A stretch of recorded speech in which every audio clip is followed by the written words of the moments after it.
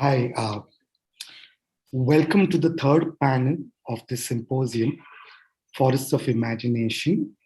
I'm Rohit Mujumdar. I teach at the School of Environment and Architecture.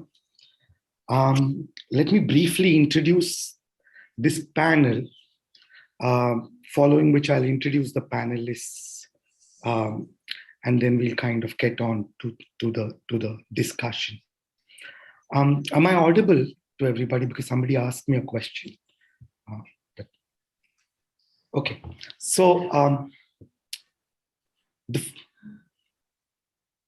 Forests of Imagination as a symposium opens out ways of drawing on the analogy of the forest in multiple ways, in areas of urbanization, thinking about drawings.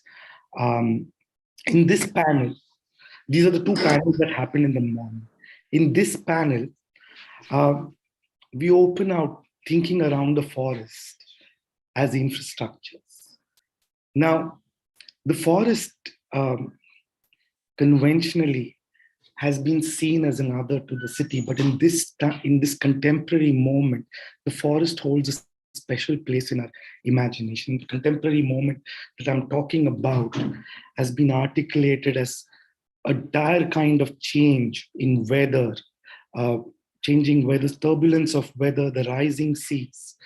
The responses to these kind of changes often gather the form and force of large-scale infrastructural assemblages to future-proof cities, either by draining monsoonal wetness or those that seek habitation elsewhere.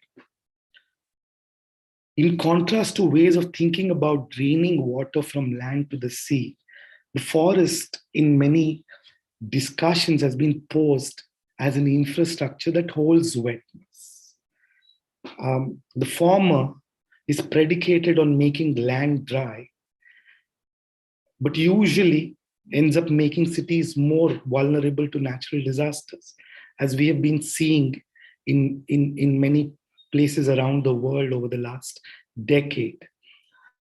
So in this panel, we are going to kind of draw on the work of Abhijan, Toto, and Pujita, Guha, whose endeavor to start the forest curriculum holds a significant promise in thinking about the forest. Gayatri Kodikal, whose work on speculative narratives of mangroves holds imaginative ways of thinking about forests. And my colleague Vastavikta, Bhagat, and me, whose work around an estuarine landscape in Bombay looks at the intersection of social and natural histories of place. So these are the three presentations that we are going to have in this panel.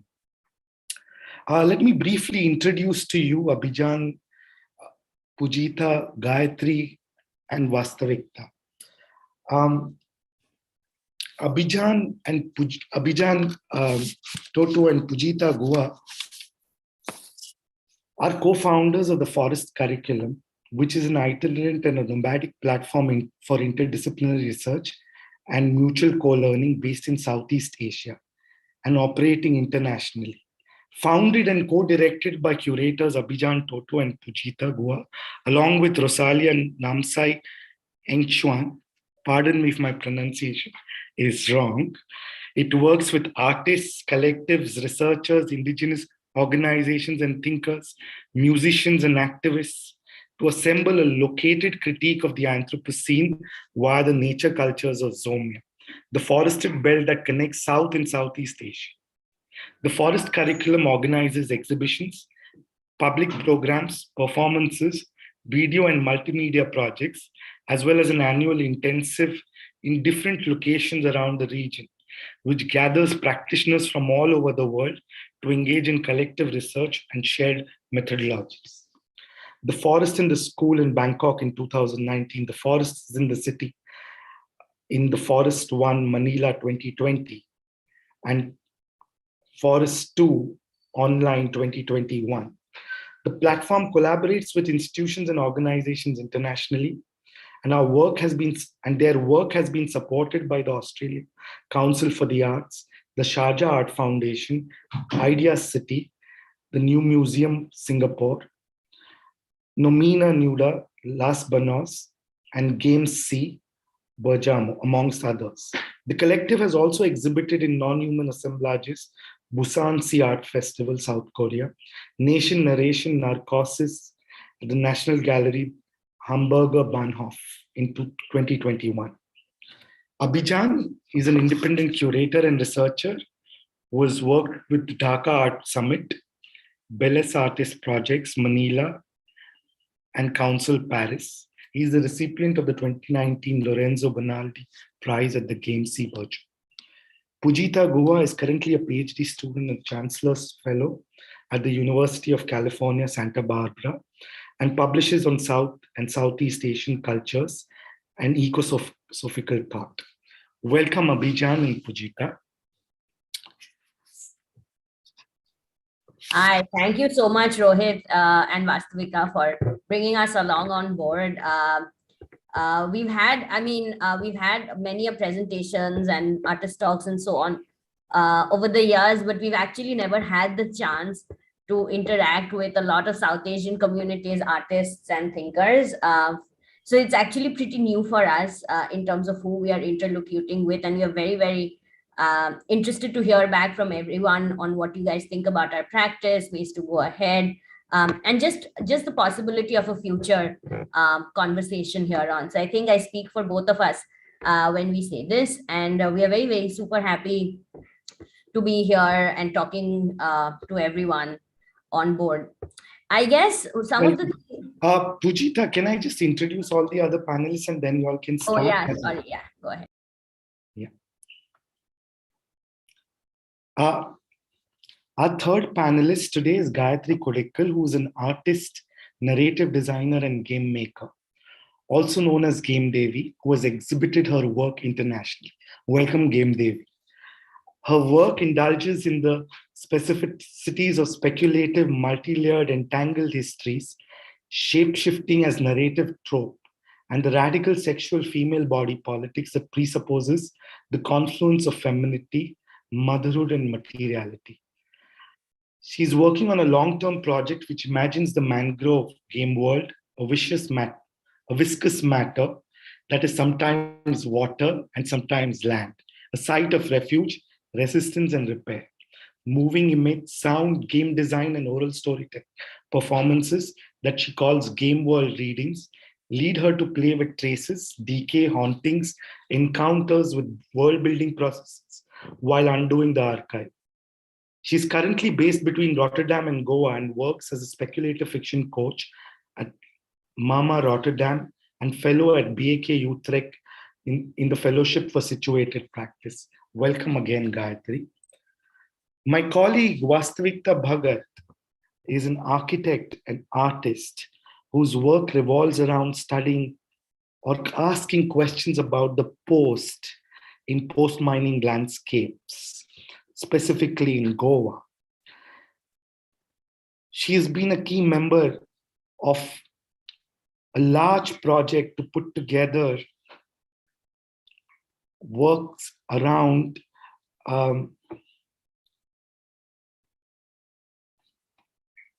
things that unfolded during the pandemic, practices, experiences, so on and so forth, which has been put together as a glossary of terms by the School of Environment and Architecture and is being exhibited, which is an online exhibition, is also being exhibited now worldwide. She's my colleague in this project, which we'll discuss and talk about it later on. Welcome, Vastavikta. With that, I'd like to invite Abhijan and Pujita to make their presentation. Just for the sake of the audience, what we'll do is that we'll have the presentations, 15 to 20-minute presentations. There'll be 3 presentations, one by Abhijan and Pujita, followed by Gayatri, and then Vastavikta and me. After that, we'll take a common question query to set up the conversation. from the five of us, and we'll engage in a conversation. So feel free, Abhijan, Pujita, Gayatri, to make comments, pose questions that can draw connections or differences between our works, but also ask questions about them. And we are really looking, as Prasad mentioned in the morning, we're looking at the people whom we've invited as friends whom we could think with, but also ask questions about each other's work. So thank you once again for joining us. And Abhijan and Pujita, you can take over from here. Thank you so much, Rohit, and apologies for jumping on earlier. I think No worries. I thought we'd alternate between introductions and presentations, but my invitation to talk to each and every one listening here still remains, and I'm very curious and peeved to be interacting with all of you here. So not to waste time and to kind of jump ahead in our presentation. So I guess I think what we're going to do here right now is to kind of lay out for all of you here as to where we come from, what our genealogies are intellectually, theoretically, but also just the people we want to acknowledge in our work, and to also kind of share with everyone what are the kind of curatorial interests that we have and the relationship to forests that we have.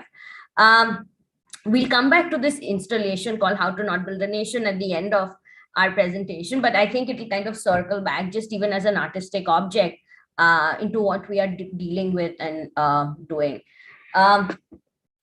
So just to kind of start off from where Rohit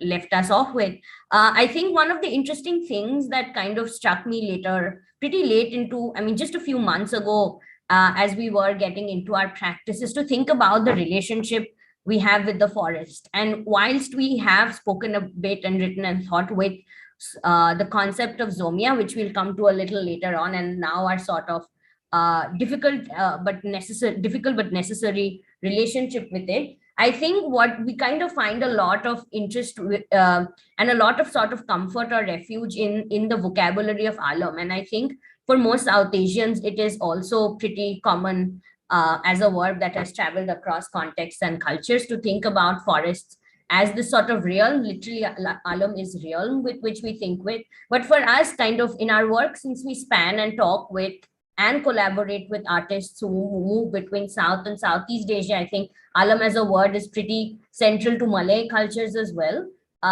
given histories of migration and cultures and so on. So I think alam becomes the sort of way in which we want to talk about the forest, literally the realm from which we speak and think with.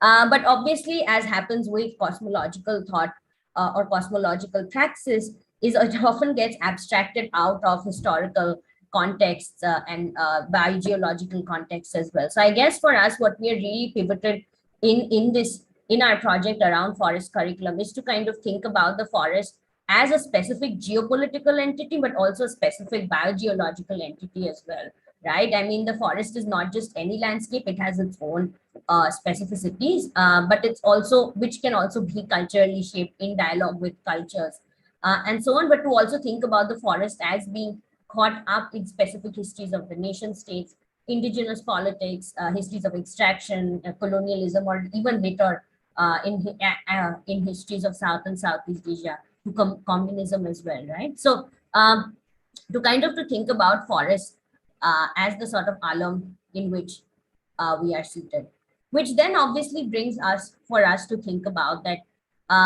what happens to theory or our ways of thinking if we start from the forest, right? And we ask this question often because right now for most of us, and also for the history of theory as well, it has been not just written in Europe, but has always been written from the desk. Literally, you have this time and space where you can carve out your existence, you gather your thoughts and write and so on, right? Which is a particular form of expression, getting your cognitive state in mind, your emotional state and so on, right? But what if we were to pull ourselves out from the desk literally and to kind of situate ourselves from the forest? What are the thoughts and experiences do we have? How do we perceive the world from there on. I think this is sort of broadly to lay out what we think with the forest, and I'm sure that even the rest of the panelists would kind of have something to latch on to.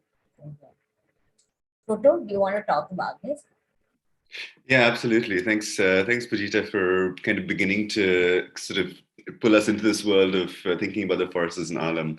I think what's important also, the other orientation is to kind of discuss where and what we are talking about. We're not talking about forests as a kind of abstracted concept, but we're talking about this particular belt that sort of almost continuous forest that we see that still continues to connect South and Southeast Asia and Southern China. Three regions of the world that are often thought of as being separated separated in the imagination, even though they share a long history of interconnection, and a history of interconnection that is based not necessarily on the dominant cultures of each of these regions, but often built on histories of indigenous exchange, of smuggling, of communist movements, etc. I mean, it's also interesting to think about how, if one looks at this map, this region of forest also coincides largely with the borderlands of what has become the contemporary nation states that we've become really, really used to. It is also the zone that is most associated with conflict and occupation, particularly armed military occupation by states in all of these regions. I mean, those of us who are from South Asia are very familiar with the criminal history of the Indian states' occupation of the northeastern region, which still continues to this day, and perpetrates some of the most horrifying crimes against different indigenous groups anywhere in the world. And so, I mean, and it is very much the similar history in Bangladesh, particularly around the eastern expanse of the country, and the different indigenous armed struggles, as they're called, ethnic armed struggles rather, in Myanmar, and so on and so forth. I mean, so we are talking about this particular stretch of land, and we are orienting ourselves from this highland position to think about all of these histories of resisting becoming conscripted by states, becoming conscripted by forms of settled cultures. And this perhaps is where this idea of non-civilizational thinking sort of comes in. Maybe Pujita, if you wanted to expand on that. Yeah, and I think maybe just to kind of also highlight the fact that it might be slightly counterintuitive writing about this in 2022, when people usually do not use words like civilization in their sort of theoretical vocabulary, and has been replaced by other words like developmentalism, colonialism, missionary ethics, and so on and so forth. But I think we find the vocabulary of civilization for a couple of intertwined reasons. One is, of course, civilizations sort of point to a long durée idea of time and power, and I think that is also what this history is what these histories kind of point to, and what the forest also points to. The fact that while we do speak from the contemporary, and most of the artists and curators and the programming that we do is obviously in dialogue with the contemporary, but they also speak to a very, very long history of people actually resisting state formation on different accounts over many, many years, right? And by many years, I could actually point to something about, like, I mean, the oldest sort of quote unquote recorded histories would be about like 2000 years or something of that kind, right? Where people have continuously, and there is recorded history of people actually having fled into the forest to resist civilizational formation. And civilization as a word also is kind of sort of hinged on another thing. While civilization means to become civilizational, which means in a sort of colonial missionary ethic would be to become educated, to have a certain form of access to culture, cultural capital, access often to language and things like that. Civilizations are also actually manifest through infrastructures, actually, right? Like people will talk about civilizations as coming through roads, for example, right? Like so much of a civilizational expanse is spoken through the what we call as infrastructural incursions, right? Like you will see roads moving up into the mountains, you will see extractive infrastructures moving up into the mountains, telegraphy, all forms of media infrastructure, so on and so forth, right? All which kind of expands the territories of what is the forest uh, as a frontier, right? And then what we are interested is in the fact that to think about the infrastructural practices and the media practices of communities that are not just non-civilized in the sort of colonial dichotomy, but also non-civilizational, which is to kind of think about infrastructural practices that resist this idea of being conscripted into the nation state, right? And I think that is where we are sort of kind of pivoting ourselves around to not just think about the non-civilized and so on, like a particular group of people, but to think about a process or an ethos of resisting the civilizational praxis, as it were.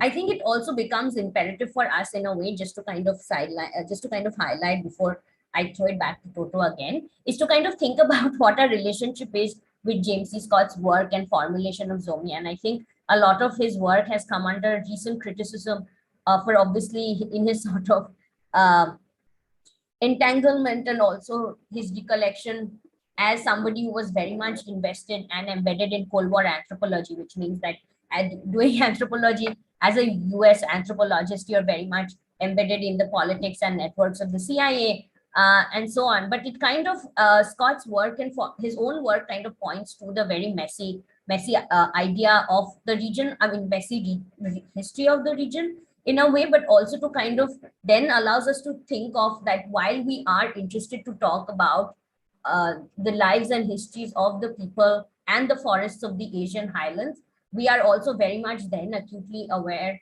or made to be aware of how not to be extractive in our own practices. And I think this is an ongoing conversation that we always would want to be proffering in our own work, that we do not want to be in our methodological or curatorial work doing the same act of anthropology in a way, and a colonial anthropology or a Cold War anthropology in a way, but to kind of literally work with communities and see what forms of discourse that comes from the community to begin with. So I think that is something that we are very, very acutely aware of. Even though we want to talk about the forests of the Asian highlands, we also want to distinguish and move away from Scott's own parameters and trajectory going forward. Yeah, Toto, do you want to talk about the curatorial work? Yeah.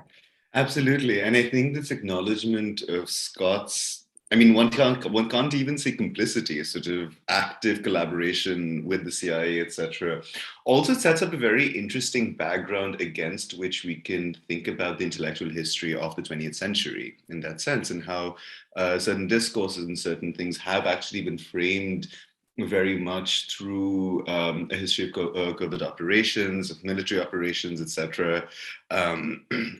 And I think Pujita can speak to that at great length for those who are interested. But I think perhaps it becomes interesting to kind of backtrack and think about why we are engaging with this in the first place. I think I mean, as Rohit mentioned, we are in this moment of different intersecting ecological collapses, always shot through with different experiences of political collapse. I mean, I think that there is nowhere in the world where we are not experiencing this in certain registers, and of course, India being a very beautiful and prime example of that taking place. So I think within that, it becomes pertinent and in fact urgent to understand what the relationship between these situations of ecological collapse and political collapse are, and to think about where we can begin to imagine a different kind of ecological and political future. I think this is where this notion of building a forest curriculum really comes from, to think about what it is that we need to know and with whom do we need to produce spaces of thinking and knowing together in order to be able to reorient the position, our modes of thinking about these subjects and fields of operation. So in itself, we always talk about the forest curriculum as a prototype for a distributed university, one which kind of upends this relationship between an extractive center of knowing and a periphery or an outside that is known. To think, and this is why I think Pujita was also underlining and highlighting this constant relationship to community, wherein we're always trying to think about how not only how knowledge is produced, but also circulated. And when we talk about this orientation towards Zomia, what we are trying to think about is also what forms of disciplining the knowledge systems that we have been accustomed to participating in have inherited from, whether from colonial or even pre-colonial sort of forms of hierarchy and infrastructures of knowledge, and how to begin to kind of unpack these, whether from a kind of cosmological position, but also from a point of view of understanding where these disciplines also stand. I mean, when we talk about it as a kind of a cosmopolitical sort of kind of reorientation, we're also talking about understanding how to deal with, for example, relationships to things like caste, which are sort of cosmological orientations. Things like, for instance, in the Thai context, understanding relationships to the infrastructure of sort of monarchical perpetuity, and how these inform the ways in which knowledge, and particularly knowledge and relationships to nature, are inhabited. So it is also kind of a political positioning in relationship to these things with indigenous groups who kind of produce these alums very, very differently to sort of marginalized communities who have a very different cosmological orientation, and to think about how these different cosmologies and worlds are able to speak to each other and to break away from the matrix of having to speak to sort of those positioned those in positions of privilege, speaking the language of those in positions of privilege within the hierarchy. Pujita? Yeah, and I think just to kind of, maybe since we are kind of winding down, maybe just to kind of give people a sort of brief orientation of what we actually do. We can also do it while we are sort of invested in, while we are going through our Q&A, if people are interested to know about our artistic practice, but just to kind of think about our curatorial practice. And whilst we have given people a sort of lowdown on where we come from, I think what I think the key word that Abhijan was mentioning of a forest curriculum being a distributed university, and I think what we are really interested in then is basically to kind of think about knowledge formation that comes from within questions of power and environmental thinking, political thinking in and of these regions. And I think just to kind of think about some of the things that we do, what we actually like doing, and this has become increasingly difficult with the pandemic, is to actually make gatherings and happenings possible. And I think while we are interested to, and we do benefit from having conversations on Zoom, we are very much interested and invested in actually getting people together in a common space and in a common room, because after all, we do site specific thinking, and to kind of inhabit the site and space together becomes a crucial act of going forward. And we have sort of, just to kind of wind down on the last end, I think we have sort of done summer schools and programming and curatorial workshops previously. And I think, like, just to kind of finish it off, I think maybe we could speak a bit briefly about the workshop that we did at Los Baños. I think it kind of pulls together a lot of different things that we were interested in. And yeah, Toto, take ahead, just speak about Los Baños and we could conclude that. For sure. I think as Pujita said, that we're always very interested in getting people together. And I think part of this is also to kind of think about what happens when you bring people together in a particular location, to think from that location rather than to kind of think to really think about what it means to locate knowledge in that sense. So I think Los Baños is a really good example, perhaps, of the kinds of work that we're engaging in. I think we won't have time in this in the main body of the talk to kind of go into some of the artistic projects that we've been engaging with. We're happy to talk about it in the Q&A and the discussion. But so the Los Baños program perhaps speaks to, kind of sits at the intersection of a lot of the different concerns that we're always engaging in, because what we try to do is to think about, as I was mentioning earlier, we're always trying to think about how knowledge has been disciplined and how to undo that disciplining of knowledge. And so from that perspective, we try to think about artistic knowledge or artistic practice as a form that is able to produce a very different relationality between fields of ideas, etc., that can perhaps challenge a particular disciplinary orientation.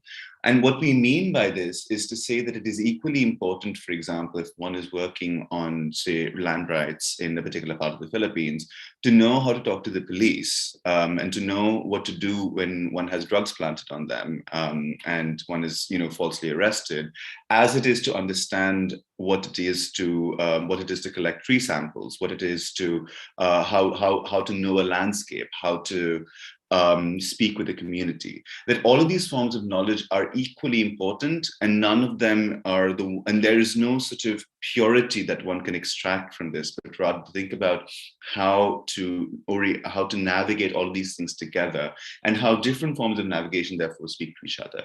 So Los Baños, for example, was a space where we were kind of investigating some of these concerns. Los Baños has a very, very interesting history of being a place that. So Los Baños is a small city that's south of Manila. It's about a 2-hour drive, depending on the traffic, and it's a place that has a long history since sort of the Spanish colonial period. Of being a site where relationships in nature have been experimented with. So in Los Baños, which in Spanish means the baths, was a site of a Catholic congregation, and was one of the first sites around which of sort of botanical exploration in the Philippines. And then during the period of Japanese occupation, becomes a place where you have institutes of studies of tropical plants. During the American period, becomes a space where you kind of have these kind of natural science explorations. And then during the period of the dictatorship, you have this establishment of this huge university complex with insane concrete brutalist structures built right on the forest. And the brutalist structures which we associate with the dictatorship of the Marcoses really also were first built in Los Baños. So we spent time with a number, and now, for example, many of you might have heard about this because it was recently in the news as a place where they're studying coronaviruses in bats, because it's also the place which has the largest biodiversity of bat populations anywhere in the world, possibly. And so it also kind of intersects with our current predicaments about nature-culture relationships. So we were working in February 2020 in a number of these labs, in a number of these sort of archives and sort of fields of study, to really kind of begin to unpack these relationships between the production of science, location, political histories, and sort of the narration of these as well. We invited two of our colleagues, Christian Tablazon and Tansi Hao, who have from two different perspectives, Ziha works on histories of Islamic thought within Indonesia, and particularly around formation of knowledge in sultanates, the history of sultanates in Indonesia, and Christian works very much within the context of Los Baños, unpacking these different histories of the area to kind of think together within these spaces to produce a site of kind of collective speculation. Something that we always say to people that we're kind of inviting is to not kind of come in and share what it is that you're very sure that you know, but rather to come to us with your vulnerabilities, the questions that you feel like you're struggling with in your practice, and to really offer it up to collective exploration and sort of collective inquiry in that sense, to present not oh, look at all these exhibitions that I've done, or look at all of this, this, and look at this, look at my long CV, and so which is why we find these readings of our bios particularly painful, but rather to think about what we can do together and what forms of knowledge we can produce when we're in a site together. Pujita, do you want to kind of wrap up here? Yeah, I think just to kind of wrap it up, I think while I think Los Baños became a crucial site for everyone to come together and bring their own worlds into thinking about what these histories of world building have been in the tropical landscape, I think for us, as is always happens, that it becomes a site for other collaborations to often emerge. Actually, people who did not work on forests and so on actually went on to change and shape their entire careers and think about forests and so on. So I think our workshops also, instead of being this sort of one note agenda generative sphere, like we have to do this and come out with a publication and so on and so forth, as is also very intrinsic to the art world now, is also then a sphere for people to actually think about what is it to inhabit the space and take and run with it, literally is what we like to go ahead and think with. So kind of, yeah, so on that note, I think we'd stop here and then maybe give the floor over to other panelists and yeah, take it on backwards from during the Q&A and so on. But thank you so much, Rohit, for bringing us on board into this. Thanks, Pujita and Abhijan. I let Gayatri start, and Gayatri's presentation is going to be on Game World reading, titled Displaced in Time, Memory, and Earth. Welcome, Gayatri. Thank you.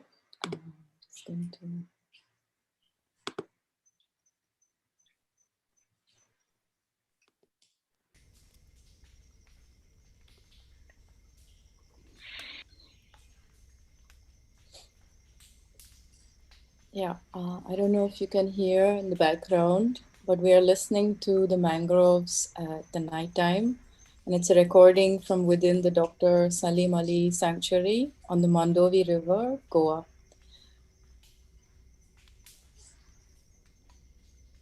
The queen has a series of dreams the night before her execution. She dreams of her arm leaving her body in Shiraz and journeying across the seas to find refuge in the mangrove forests of Western India, where it would lay entombed within the grand walls of the St. Augustine Church for the next 300 years. In 1902, a heavy monsoon storm coincides with an earthquake, leaving the neglected and already crumbling church in a pile of dust and rubble. The storm also brings with it a unique species of giant mangroves, swallowing whole and within a single slurp the Portuguese ruins that were left behind on the island of Old Goa. What remains of her forearm falls to the open sky, exposed to the elements, slowly decomposing her flesh and permanently dissolving her stories into the roots of the mangrove forest. A feverish obsession is haunting my every dream, consuming my sleep with clues of her stories and of her past, laying down breadcrumbs that lead various directions for my dreaming self to find and for my waking self to follow. How do I connect these threads? How would my waking self even meet my dreaming self, and where would they even meet? I take a mold of my own left hand and cast it in plaster to attach it to her forearm. I'm hoping this way they can finally meet. Nyan's boat is modest, just large enough to carry the three of us, sagging under our collective weight through the thick veins of the mangrove forest. The three of us, Nyan the fisherman, Alok the sound engineer, and myself, are quietly sat in the darkness, carried by the subtle sounds of the oars as they come out of the water, cutting the silence with a splash. It's well past midnight, and we only have a couple of hours to walk into the thicket of the mangroves and get back before the high tide swallows up large chunks of earth, potentially leaving us stranded. The mangroves are impenetrable and exhausting, producing a slow time, a time of their own, a heaviness of movement, like a sloth.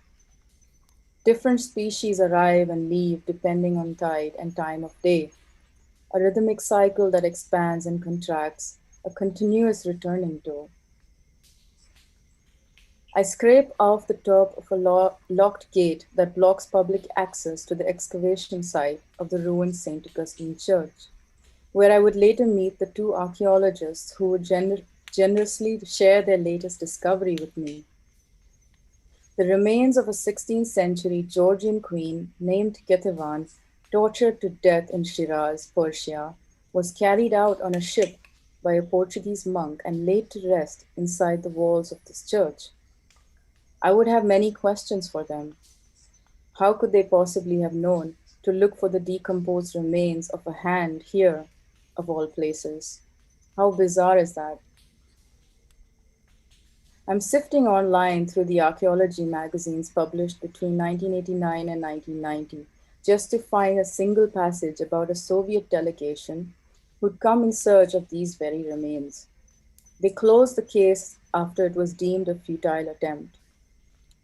In the footnotes are all the names one would expect, except for one, Rezo Tabukishvili. I had to go to Georgia to find out more.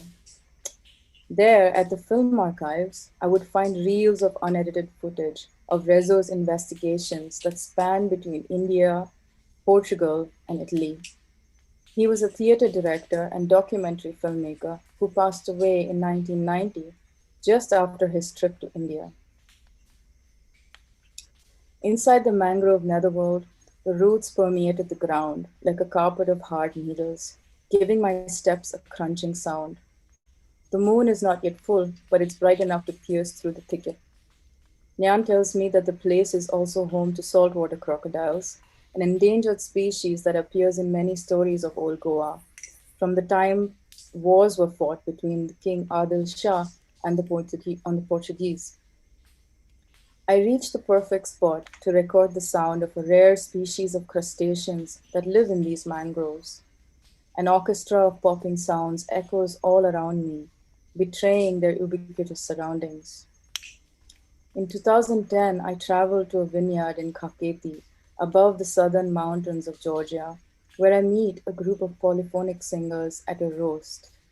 The polyphonic singers invite me to join their inner circle, embracing my arms so that we stood shoulder to shoulder, facing each other. Their voices lifted me up, resonating into my core, propelling me into the night sky. It's an experience that will stay with me long after that, coming back in various other moments of entanglement. In the mangrove, the crustaceans are active during the late night low tide, their noises resonating clearly with no other sounds of human activity to muffle it. Through the headphones, the popping rhythm intensifies, and the mangroves let out a heaving, heavy breath. After recording for an hour or so, I start my way back to the boat. In the mangroves, you need to keep a rough idea of where you are and where you came from at all times. Finding the path back to where the boat left me is no different. The tide is coming in fast, and the edge of the shore is getting loose and wet. I see Nyan appear from the edge of the forest, looking both scared and relieved. and I realized for the first time how close I was to missing the boat. One misstep, and the ground gives way. My left foot is sinking in, and it's taking down my whole leg with it. I'm sliding in, thigh deep in the mud. Like quicksand, the earth swallows me slowly, gripping me more with every panicked movement. This is the same left foot that would break not once but twice in the same spot, leaving dislodged bone fragment to float freely in my flesh. Somewhere and some other time, that fragment is shuffled with so many other disembodied parts of the martyr queen of Georgia.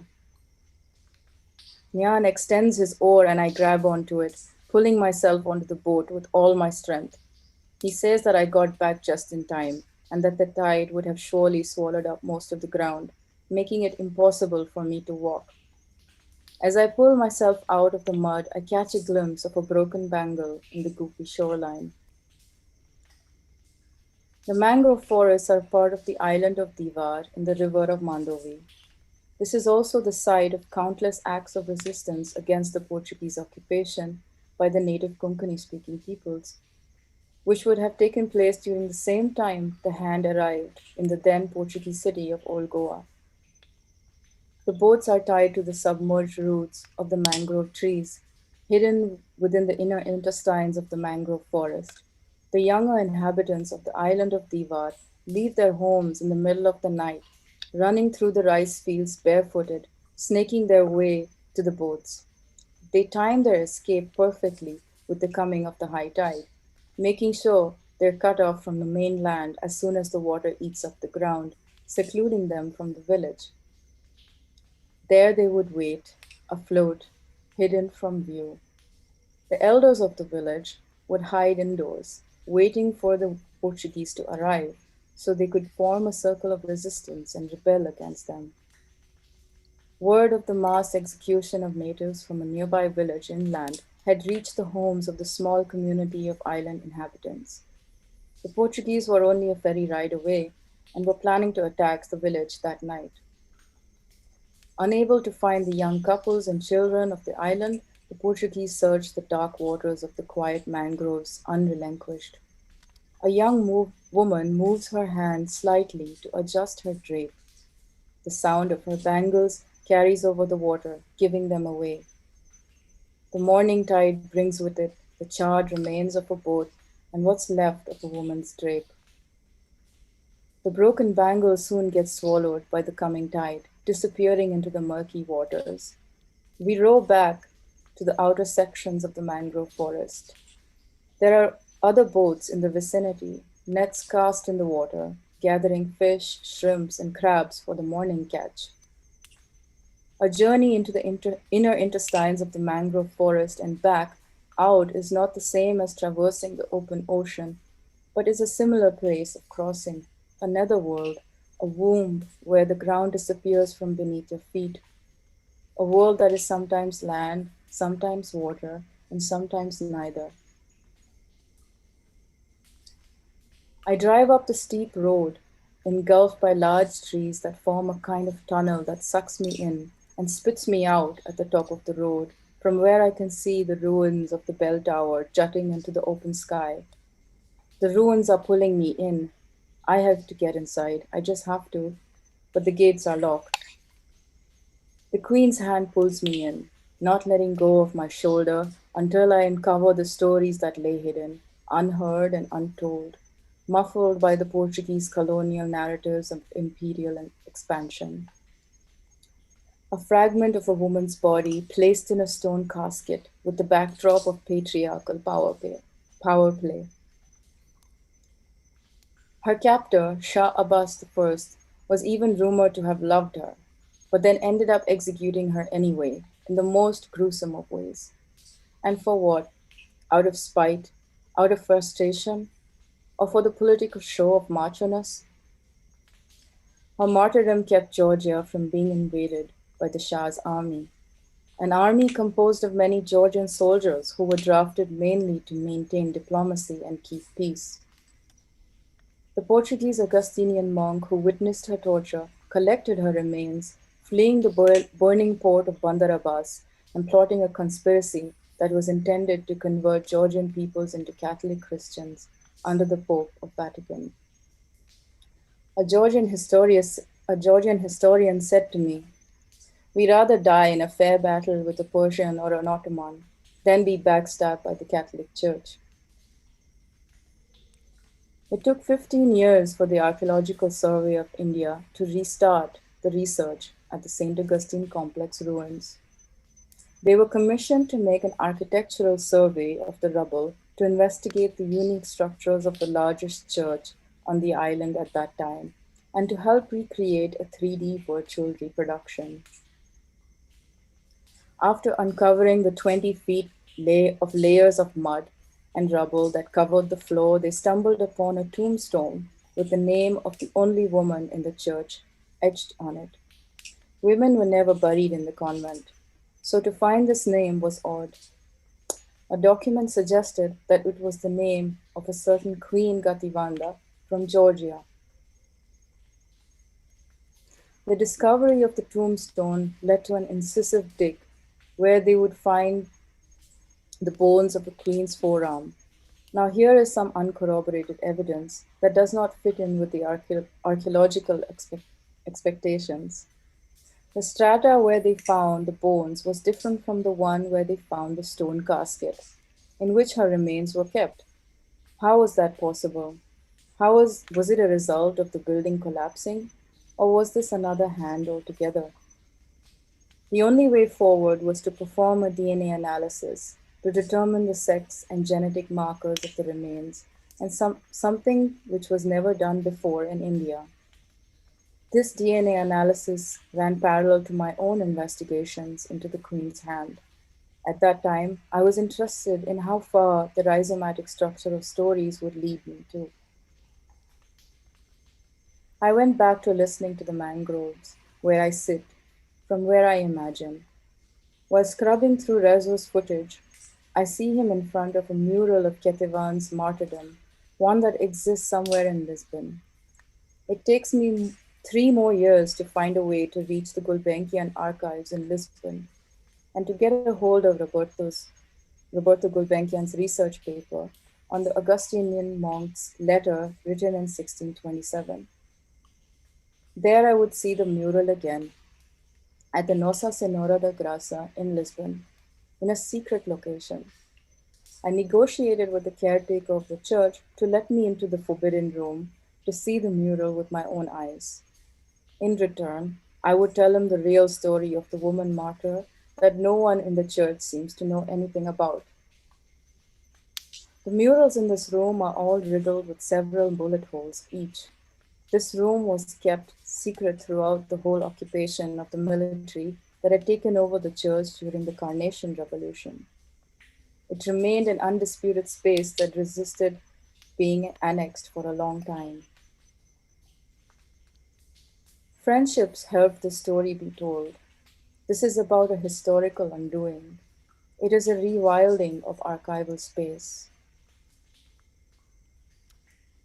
The mangroves let all the narratives float in their own context, with no particular order or hierarchy. They lend an authority to understand narratives that quietly traverse the goopy innards of the netherworld. The Mangrove Game World is a project underway and in conception. It's composed of a mangrove forest, the image of whom is constantly evading capture. Mangroves are a tropical coastal ecology on the liminal edges of the colonized world. Impenetrable, interstitial, marginal, sometimes water and sometimes land. It lets the ocean and its wastage seep in, encircling it through the rhythmic motion of the tidal currents. A shape-shifting thing, where the multiple histories and languages extend like tentacles and intermingle with no hierarchies. They are, in short, a site of continual refiguration. The Mangrove Game World produces a collaborative site for reflection and study. The fictional and non-fictional are codependent, leaning on each other and giving shelter to a tenderness that holds on to the precarities, uncertainties, and slow time. The narratives will always appear as assemblages of parts and avoid totality. Worlding in the mangrove rejects the construct of affirmative grounding and fixity, that is the terrestrial obsession, the origin and tyranny of nationalism. The estranged fragments grow roots and don't depend on the spiritual origin of ancestral land or the racialized foundation of the nation state, always a displaced and displacing action. The complexities of being and intersectionalities of relating are, I believe, where politics details out. These are spaces of living and constantly shifting stories, myths, and beliefs, and where narratives of marginalization and fugitivity abound.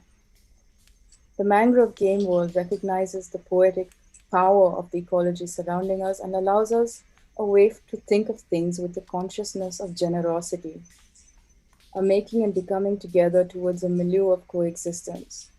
The imaginary of the game world rests on ecological hybridity and the sense of unearthliness, the spectral nature of the mangrove environment, its impassable yet fecund qualities. The mangrove appears as a field of suspension, hence, a landscape demanding extraordinary measures with the quality of extraterritoriality. They become a site of refuge, resistance, and repair. Thank you. Thanks, Gayatri, for that lovely story and juxtaposed with collection of images as an archive and kind of put together. We'll try to keep our presentation brief and short so that we can have more time for a discussion. And I'll briefly introduce the background of our work, and I'll let Vastavikta take over to go through the presentation. So our work is located amidst the climate conversations that are taking place in Mumbai. So amidst the dire warnings of the turbulence of weather warming and projections of rising seas, protagonists of climate action conversations have proposed 4 kinds of actions over the last 2 decades. First, infrastructures in the form of widening watercourses and constructing tall retaining walls along their edges. Second, slum demolitions along their edges and on hill slopes to increase capacities for draining monsoonal waters. Third, en masse city location along higher ground. And fourth, speculative post-apocalypse scenarios of a submerged city for leisure activities. Vastu, you want to come in?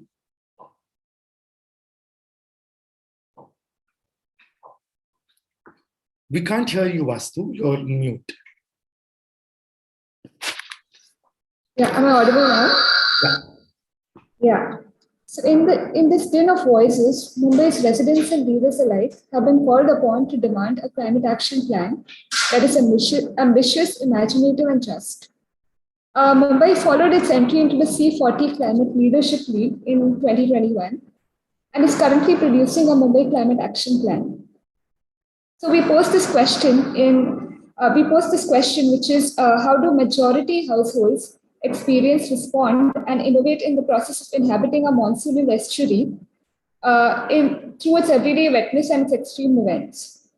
And we kind of pose this question in a backdrop where the design and planning fields largely attempt to future-proof places from the perspective of a tipping point, a distant future, by mobilizing tropes of the rule of law to protect the environment and the local or embodied energy or green technology for its conservation.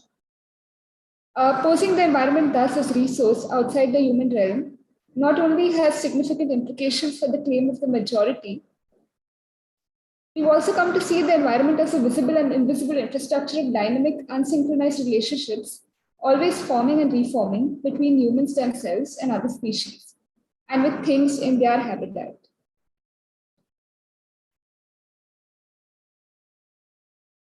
You're on mute. So this question really is posed with the idea of the meantime. But in the meantime, how do majority of households experience?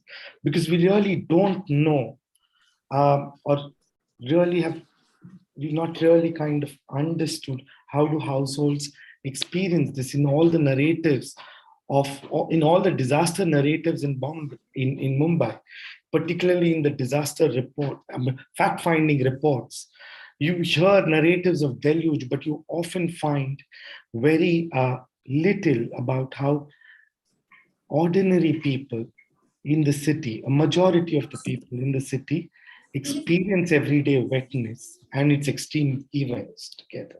So, in thinking of, as well as thinking with the imagination of the forest in the city, we'll take you to stories of two household experiences, responses, and innovations in a monsoonal estuary's everyday wetness and its extreme events.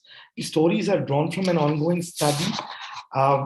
We conducted the first part of the field work between December 2019 to February 2020, and there was a stop by documenting oral histories of 15 households.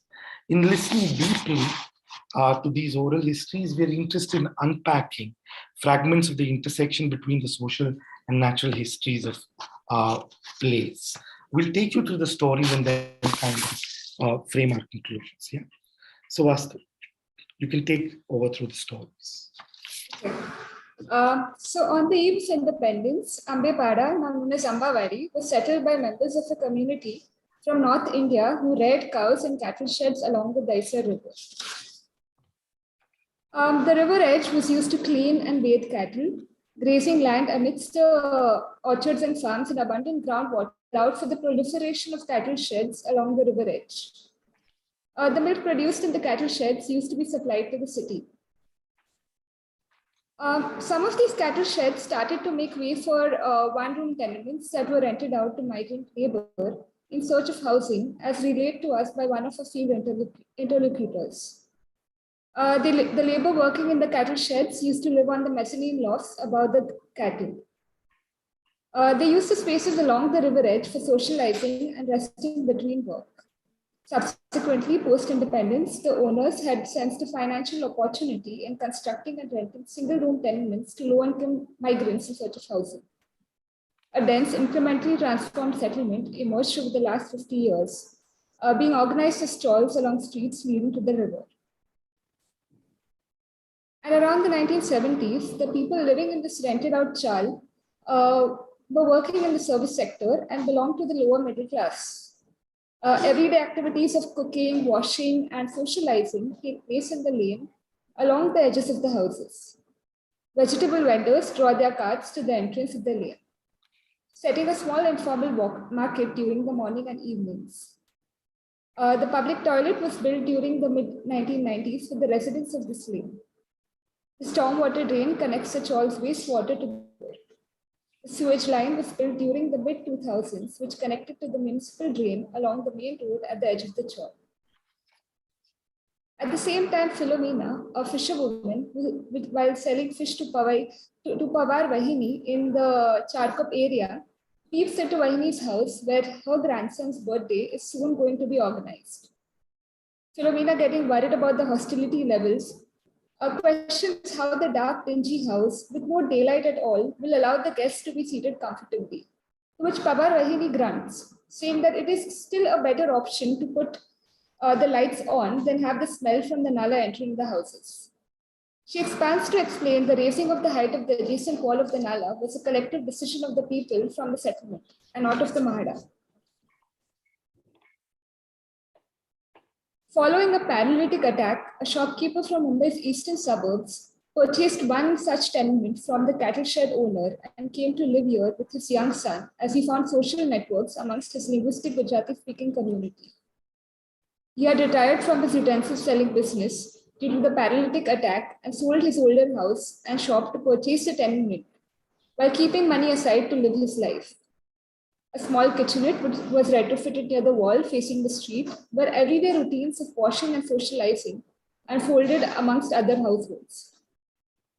In the adjacent house, a household of migrant male labor largely divided spaces of the room for resting at night and on hot afternoons and for cooking.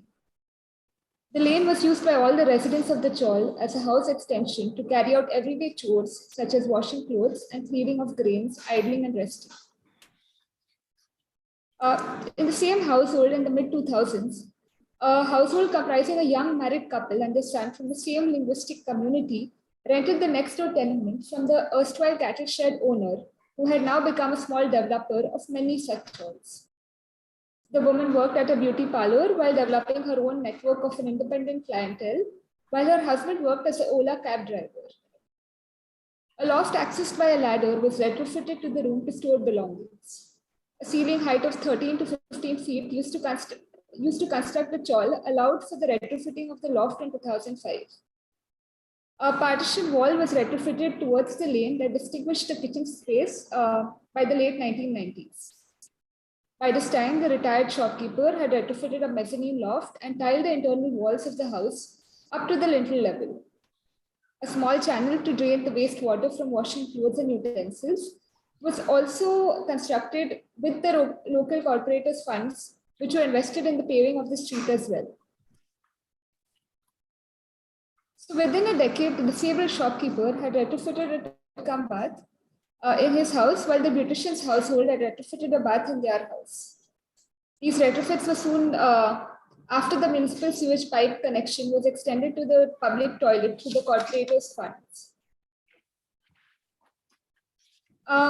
Meanwhile, the grown-up son of the retired shopkeeper does not work, while the beautician's son works part-time at a hotel while completing a bachelor's degree of commerce. The Chawl settlement has transformed over the last 50 years from being inhabited largely by single-male migrant labor to one that is inhabited by nuclear joint family households, living in tenements that are either owned or rented.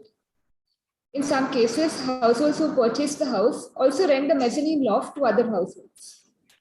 The retrofits within the house not only reflect the weighing of household choices based on the ownership status and gendered configurations, but also their house accounts for the changing rhythms and temporalities of the neighborhood in terms of linear time.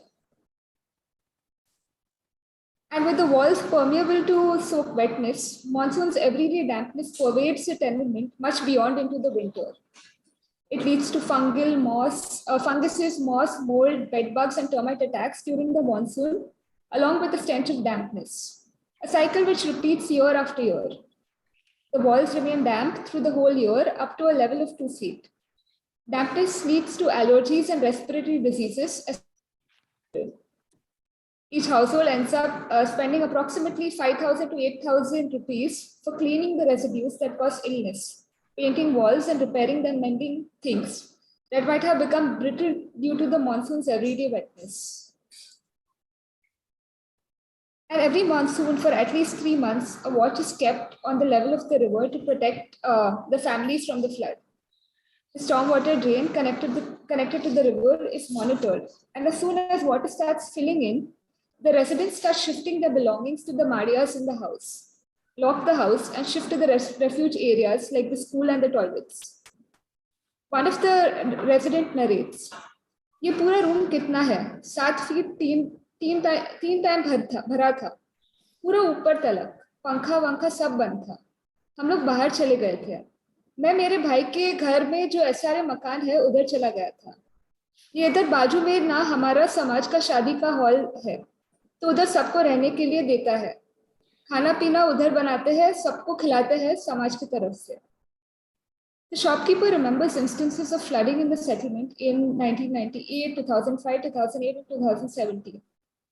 In an event of a flood, water enters tenements with a force that not only can affect the structure, but also carry with its sludge, debris, and other biotic and abiotic substances that accumulate in the tenement. In such instances, inhabitants of these tenements shift to the mezzanine loft or find refuge on the terraces of public toilets. When households have to employ labor for cleaning the residues of the flood and repair and mend their homes, the cost can rise up to 20,000 rupees, which is a significant financial implication incurred every year. And the fear of occurrence of such events also has different gendered implications. Working women in the settlement, such as the beautician, have to stay back at home and miss work in order to keep a watch on children, belongings, and valuables from being washed away. Men usually perform this role at night, where rotating duties are assigned to male members in the community to monitor the rise of water in the stormwater drain that works as an information system for the sign of flooding. The flood also affects the children and they lose their school books. Even bedbugs fester in their houses after the floods. Pests like this, added with the formation of fungus on the walls and ceilings and the surmounting discomfort, make them repaint their houses during the summer. Insects are an ever-pervasive stench that stays behind in the case of flooding is a common occurrence here. The mattresses get wet along with clothes, which they salvage and dry, but a lot of times the sludge does not leave a lot to be salvaged. One of the beautician relates, I've not shifted my valuables from the loft to the ground floor. I do not fear rain as much, but I fear the water left from the dam. The lower parts of the walls and the junctions where they meet and the roof are always damp. The Gilapan, as she says, reoccurs in spite of repairs. So the possibilities for the retrofitting of a mezzanine loft have allowed these tenements to function to the rhythm of cyclical time of the monsoon. While the mezzanine lofts reduce the heat transfer to the lower levels during the summer for the storage of valuables and goods and also for living, one in fact observes 4 instances of cyclical change in the yearly activities to gear the space of the tenement for the change in seasons.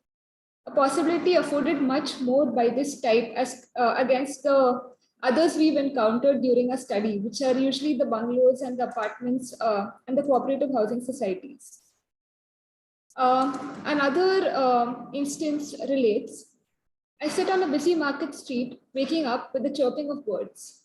Newspaper man and milkmen on their cycles, ringing bells, watchmen clearing the walls, cleaning the cars, sometimes drenched in water as the overhead tank overflows, were a part of my daily routine.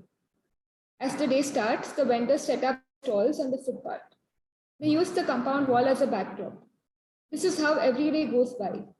15 years back, I was envisioned to become bigger and stronger, but soon the idea faded, in parts allowing the non-envisioned lives of human and non-humans to thrive in conversation with each other every day. The sun, cold, and rain also actively help shape up these experiences of every day. These material practices have thus come to transform the tenement built form in ways that address the intersections of the linear time of life spaces and the cyclical time of weather. These include the retrofitting of mezzanine lofts, raising of roofs, the tiling of walls, and a new affinity towards wrought iron, plastic, and in situ stone or cement furniture. These are not only outcomes of household practices of living with the monsoon in the tenement, but also a marker for the household's social status in the chawl.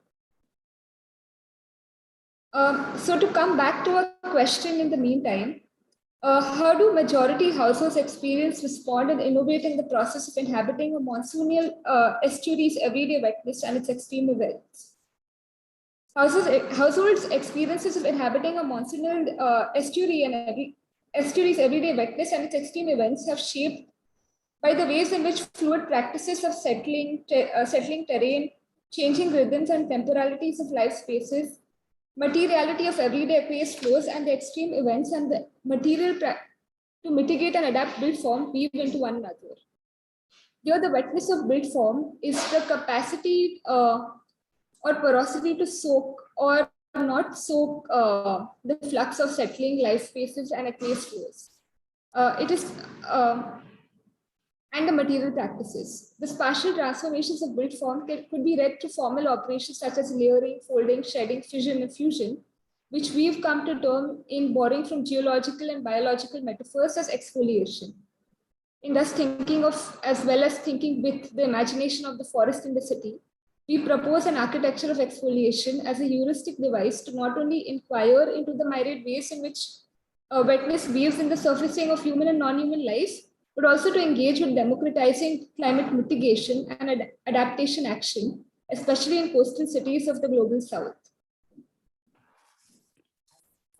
Thanks a lot, Vastavikta. So really our work kind of proposes this idea of architectures of exfoliation as a frame to not only inquire into the way wetness weaves into everyday life, and analogy over there of the weave becomes very important for us because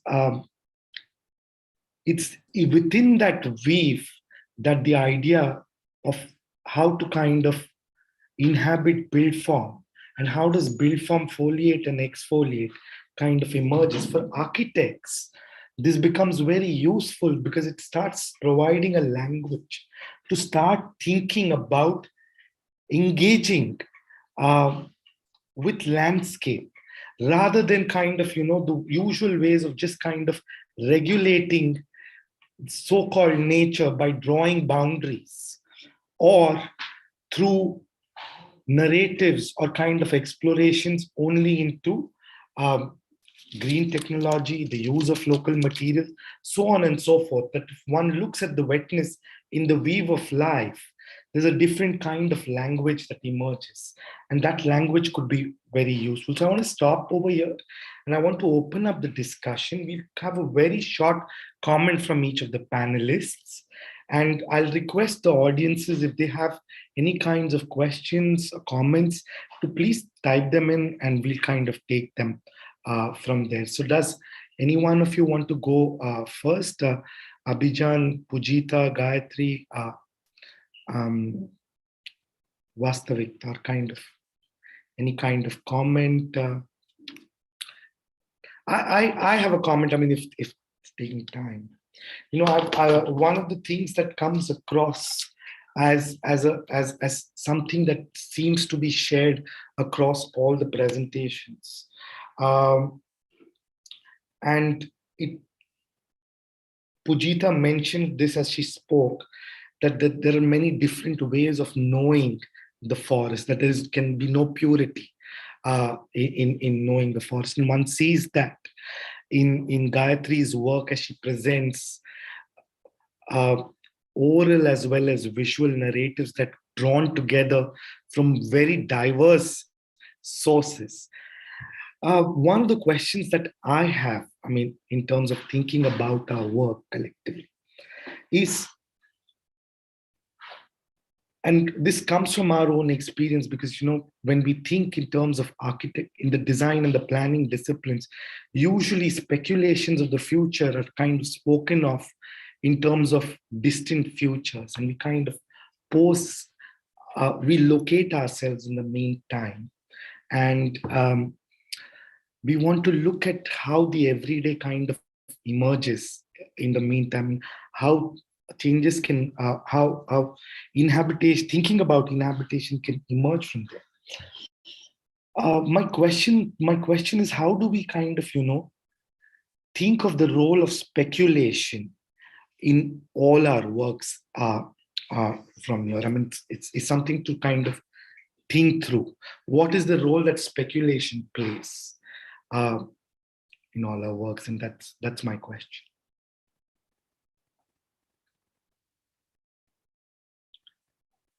Anybody want to come in with a comment or respond to this? Can I nominate Gayatri, because I'd love to hear her answer to this? Thanks.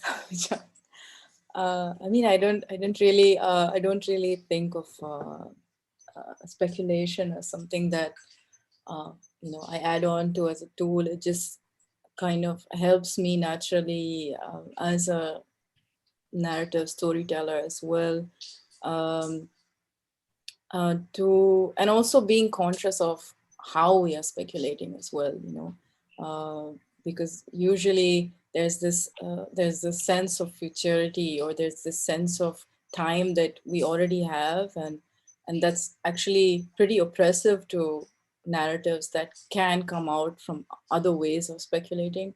So I've been very conscious of how I'm speculating in my work, and yeah, I don't think there's like a direct way of me saying anything, but it's definitely developed as a methodology slowly through a lot of practice with dealing with like documentary material, mixing nonfiction and fiction, and how they weave together. How they weave together is actually where it kind of rests. And also keeping in mind, like I said, the contexts, the different contexts that bring them together, and not really forcing any one particular perspective, but shape-shifting within that itself, in that sense. Yeah.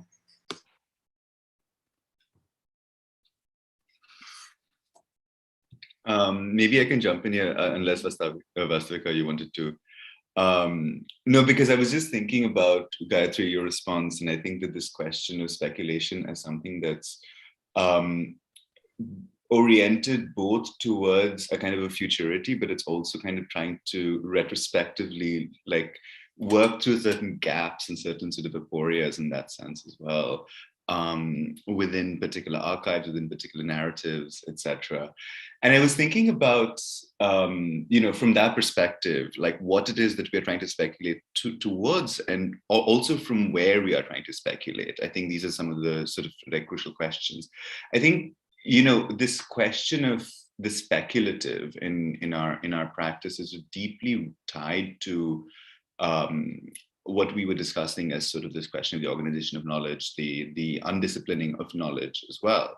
I mean, to be able to do that, one needs to think with a number of sort of speculative gestures, to think about how to kind of produce, okay, what actually lies beyond these sort of disciplined shows of knowledge that we are accustomed to and used to. And I think that there is very deeply there a sort of a kind of a political orientation as well, because because I think that for us, we're trying to also understand, as Pujita was mentioning, like what is this sort of non-civilizational sort of form of thinking, and to be able to imagine these as forms of potential organization is sort of, I mean, to be able to do that, we need to kind of turn towards the speculative, because it is not, because for us it is very much not a kind of a return to some originary thought or originary idea or identity, but rather to think about how we work alongside sort of all of these histories and sort of entangled histories, entangled positions that we inherit. It's not this attempt to kind of create a clean slate. And I think this is where sort of the speculative, because the speculative is always rooted in from a particular place. And I think that, Pujita can maybe kind of expand on this a little. I think this also connects to this sort of a kind of an activist position, where we're trying to think about an activism of the imagination as a kind of a crucial part of how we think about the way in which we orient ourselves. The way in which we orient ourselves in relationship to sort of these entangled situations of collapse. I mean, that it is necessary to kind of completely reorient our forms of imagining, as it were. And this is sort of where the speculative comes in. Did you want to add anything there? Yeah, maybe just as a one-line thing, I think speculation is something that has also, just on a side note, taken quite a bit of an interest in me, and with Abhijan also, as far as I know, because it's not something that goes just in the planning sciences, but something that we see in markets and marketing. For example, so much of money is, the idea of value generation is speculative, question of generating extraction is so speculative, and things like that. And I think what all of us are basically trying to hit at is to kind of think about how do we contest what values we generate of this process of speculation, what comes of this process of speculation ultimately at the end of the day, who gets to inhabit, where it is inhabited from, what forms of distribution of power, resources, and so on can happen with this act of speculation, I think is what becomes necessary, because everybody's speculating. So, I mean, Elon Musk is as speculating as anyone else. So I guess his speculation and our speculation is not the same to end it off with. Yeah.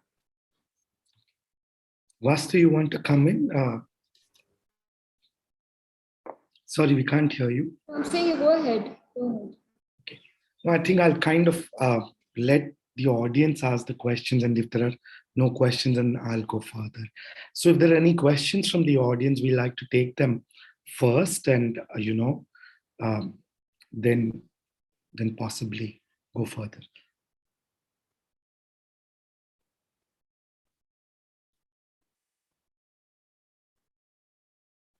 So meanwhile, so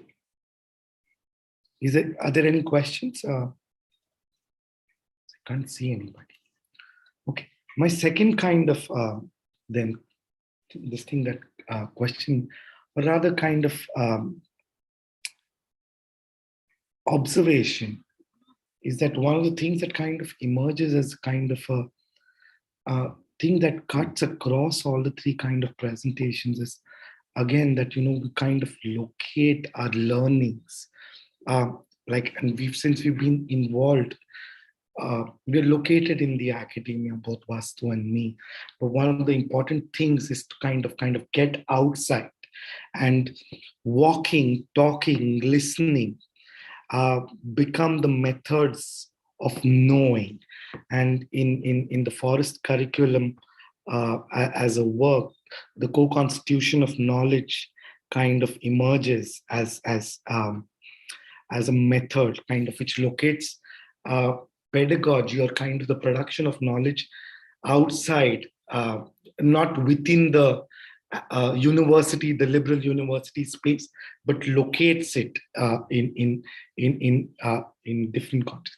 And in Gayatri's work, a similar kind of way of kind of not only accessing archives, but kind of experiencing the whole landscape kind of is the methodology of kind of producing that knowledge. And kind of questions about the environment, kind of ways of knowing about the environment, so to speak, the forest, where we need to engage with these methodologies of knowing and imagining is kind of a commonality kind of that cuts across all of these three, that's kind of wanted to foreground as an observation over here.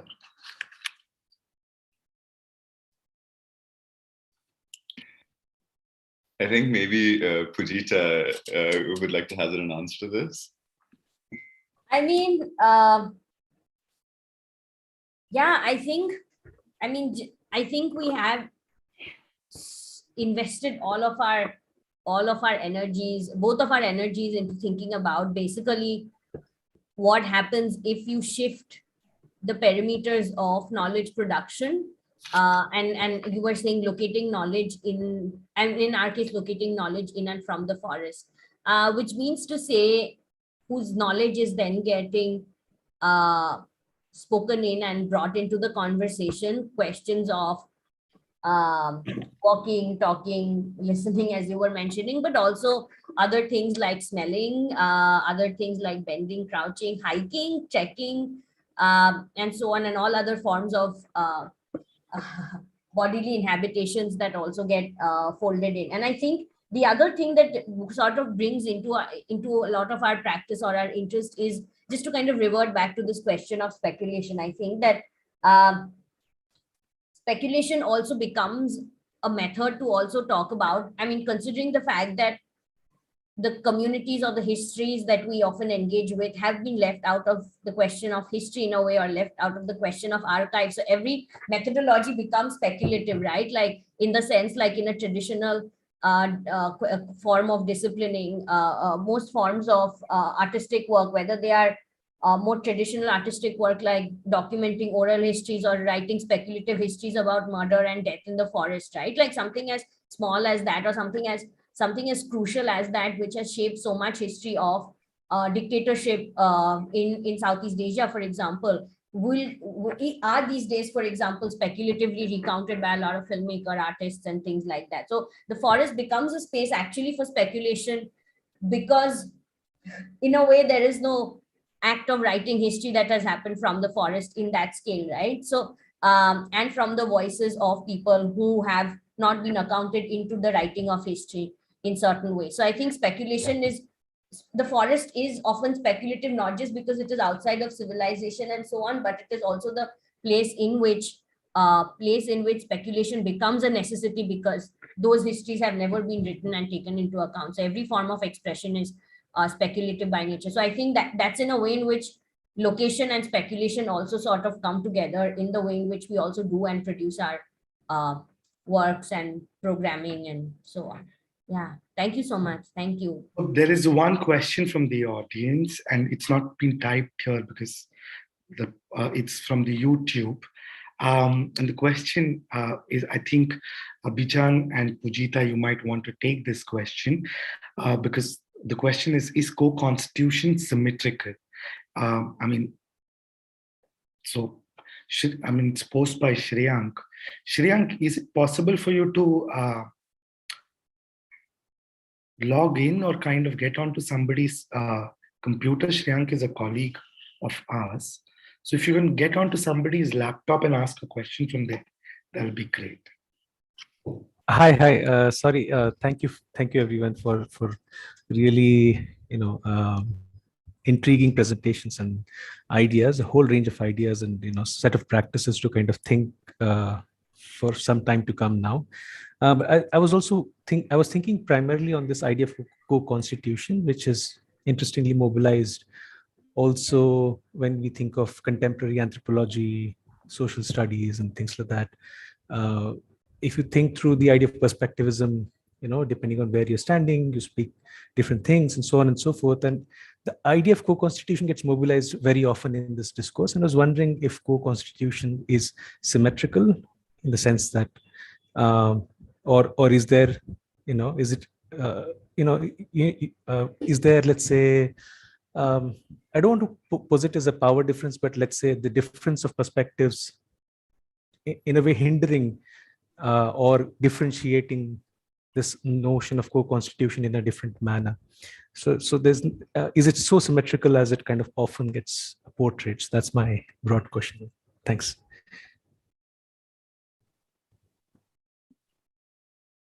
Pujita, did you want to answer that, or? Yeah, I can just quickly take a line and say. It was a great question.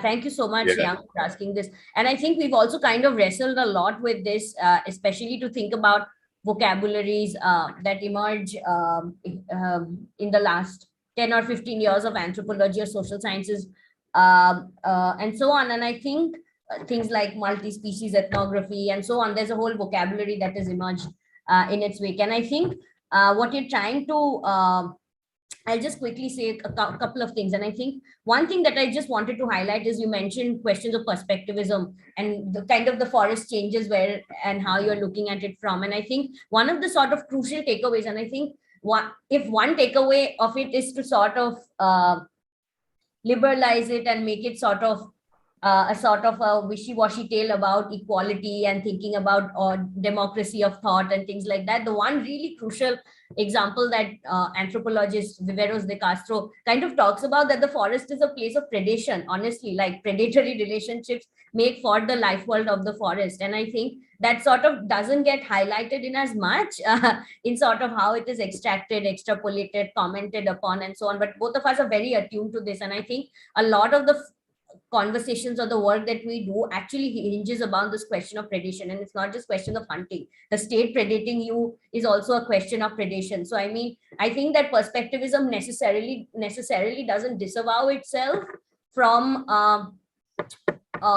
these questions of predation and predatory behavior of power differentials and so on. And I think that becomes important even if we're talking about co-constitution, predation and so on. Somebody does get killed in the forest at the end of the day. So that's, I think, one crucial thing. And the other thing that I'd like to just signpost and just as a kind of reference that we both of us read and kind of refer to quite a bit in our own conversations is Eva Guirod's book called After Entanglement, which is, I think, is a great book to kind of launch about this form of discourse production. After much of this talk about entanglement, multi-species, making kinship and so on and so forth, what happens to questions of value and power and extraction? He kind of latches onto this question of extraction on a broad scale. What happens to all of this? Because our lived realities are still differential. So everybody is not equal, even the multi-species work has come and gone and so on. So, and I think that book kind of does that job of thinking about while we are embedded and so on and so forth, these embeddings are not equal to begin with. And I think we are also sort of always invested in sort of highlighting that, even though we may be talking about palimpsests and other sort of metaphors of coming together or compositing, the compositions are never equal amongst the parties or players in it. Yeah. Thanks for that response. Unless and until there are any kind of, last comments or a question coming, we'll take one of them. Maybe somebody wants to kind of go in, either from the panelists or from the audience, if anybody would like to. Gayatri, do you want to come in? Is there something that you want to bring in? No, I mean, I was just also thinking about what you mean by co-constitute. I mean, I don't have an anthropological background, but because I have done a lot of documentary field work, I'm always conscious also as a filmmaker how I am, or a maker in that sense, how I'm entering. And I also work with a lot of conservationists in the forest as well, and how they approach the forest. And I was interested in the frictions actually that come about between what the conservationists are expecting from the forest and what actually happens. And there are many unknowns actually. So when it comes to thinking of constituency, yeah, you're kind of like very sure about like all the players already in the space, but we need to know that there are a lot of unknowns that are there, and it's never in that sense not symmetrical or equal. Yeah. Thanks for that lovely interjection. It's 4:10 and our next panel starts in another 20 minutes. So I'm just going to thank all the panelists for joining us. Thanks Pujita, thanks Abhijan, thanks Gayatri, thanks Vastu. We really look forward to be in conversation with you in the future, and we'll keep you kind of posted in the future. Thanks for joining our panel, especially on a short notice. Our next panel starts at 4:30, and my colleagues Dushyant, sorry, I mentioned another colleague. The next panel is titled as Forests of Errors and Glitches. My colleague Dushyant Asher will be in conversation with Hoshian Zhang, Tianning Li, Wiliro Parada, and Sebastian Rosas on that panel. So join us at 4:30. Thank you all. Thank you very much.